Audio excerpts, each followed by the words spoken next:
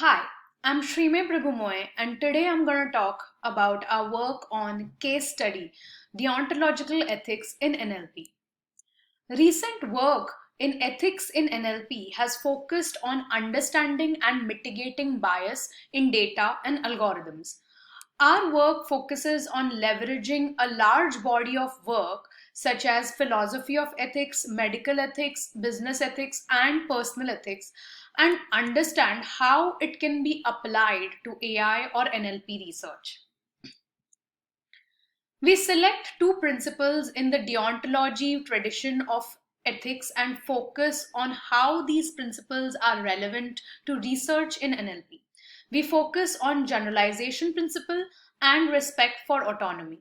We select deontology because it is reasonable, provides clear ethical rules, and comports with the legal idea of rule of law in the sense that these ethical rules bind all persons equally rather than shifting standards to affect a certain outcome.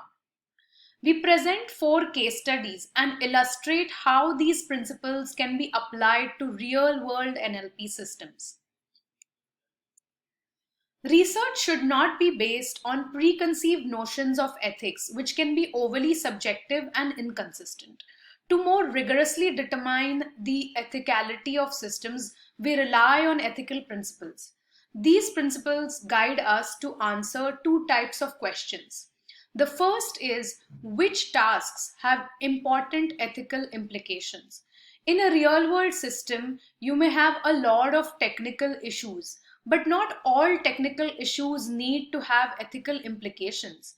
The ethical principles help us to identify the ethical concerns and formalize them using the principles that are mentioned in this work. The second question the ethical principles help us to answer is what factors and methods are preferable in ethically solving this problem?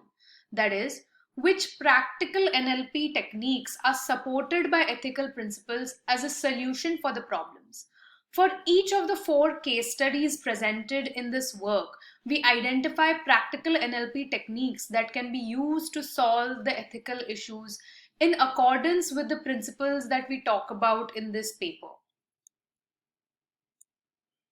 So now let's try to understand these two principles. The first is generalization principle.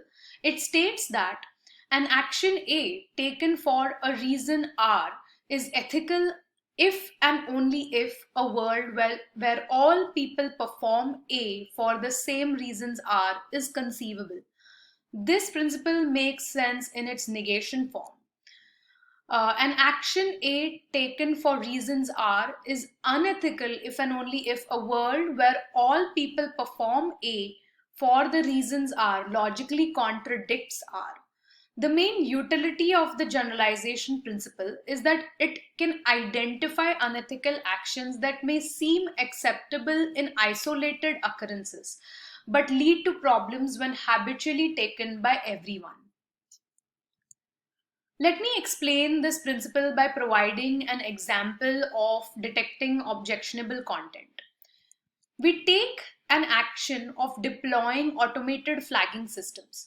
Why do we deploy them? Why do we take this action of deploying automated flagging system? We do so for the reason that they reduce the burden on human judges. We know that online platforms have traffic in millions of textual comments, posts, blogs, etc. every single day. These automated flagging systems reduce the number of posts that need to be seen by human eyes. Now let's see how some of the current flagging systems actually perform. Here is an example of a microaggressive comment and the scores that it received from state-of-the-art hate speech detection system and sentiment analysis system. Most of the flagging systems today rely on surface-level words to detect objectionable content.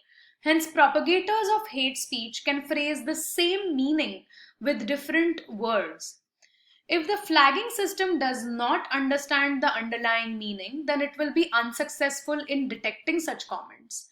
This logically contradicts the premise that deploying such a system would reduce the burden on human beings. So how can we make such flagging systems ethical with respect to the generalization principle?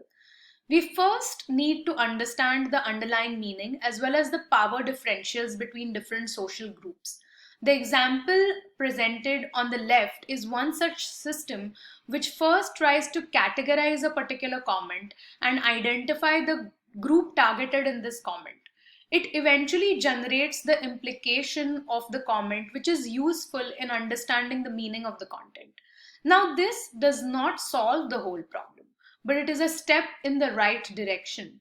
It at least does not lead to an arms race between objection content generation and its detection. The second principle that we discuss in our work is respect for autonomy, which addresses the right of a person to make decisions which directly pertain to themselves. Respect for autonomy is about informed consent.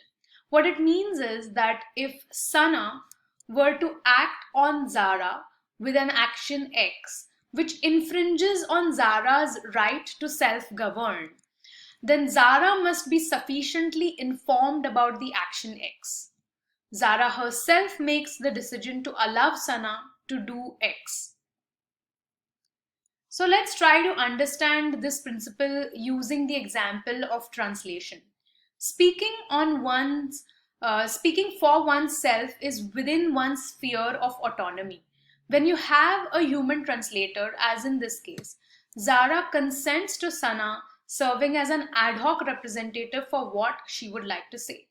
Hence, Sana should respect Zara's autonomy. In high stakes formal setting, there might be a legal contract on how Sana is to act on behalf of Zara.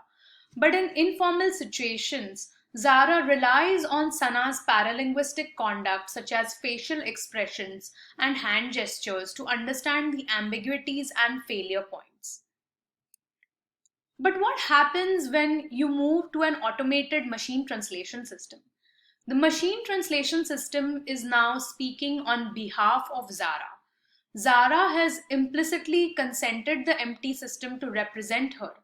That being said, the operating assumption for most users is that the empty system will simply translate the source language into the target language without changing the meaning.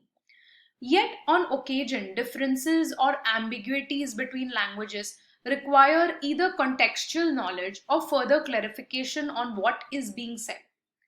Zara must be informed of such ambiguities so that she can consent to the message which the system will ultimately convey.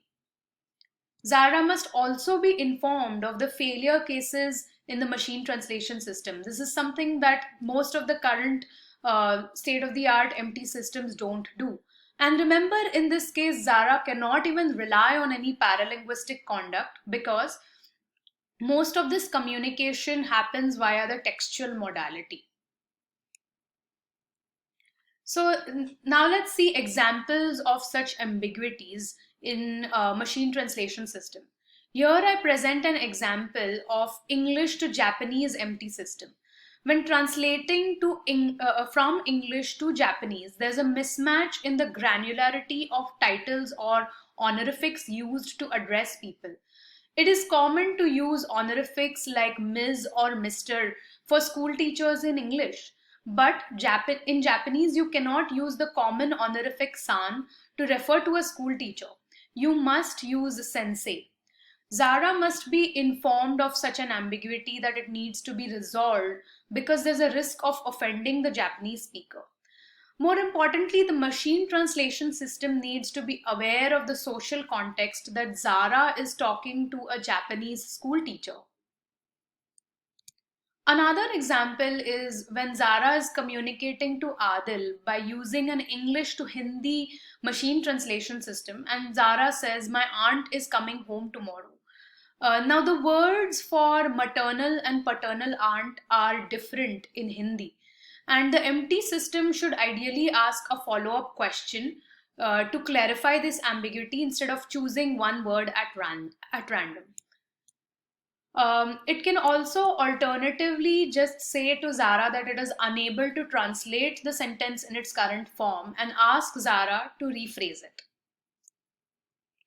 For each case study that we present in this work, we first discuss how we can apply the two principles and evaluate the NLP system through the lens of ethics. We also present what practical NLP tools can be used to make these systems ethical in accordance with the principles discussed. For example, in the machine translation system, you want to translate based on the social context and control for formality and politeness, which can mean different things in different cultures. We have evaluated the MT system using the respect for autonomy principle. A recent study by Dirk Hovey showed that commercial MT systems make people sound more white and more male compared to their original demographics. Hence, you want to control for author attributes and make sure that they are preserved in the translation. We evaluate the detecting objectionable content systems using the generalization principle. In these systems, you want to understand the underlying meaning and generate consequences and implications of making a comment. We evaluate QA systems using the generalization principle, and this principle can be used to improve transparency of QA systems by dynamically generating graph nodes from question to answers. We evaluate dialogue systems using the respect for autonomy principle, and in dialogue systems, you can improve them by controlling the topic, style, content, and persona of these systems. Here is a summary of our work. Thank you.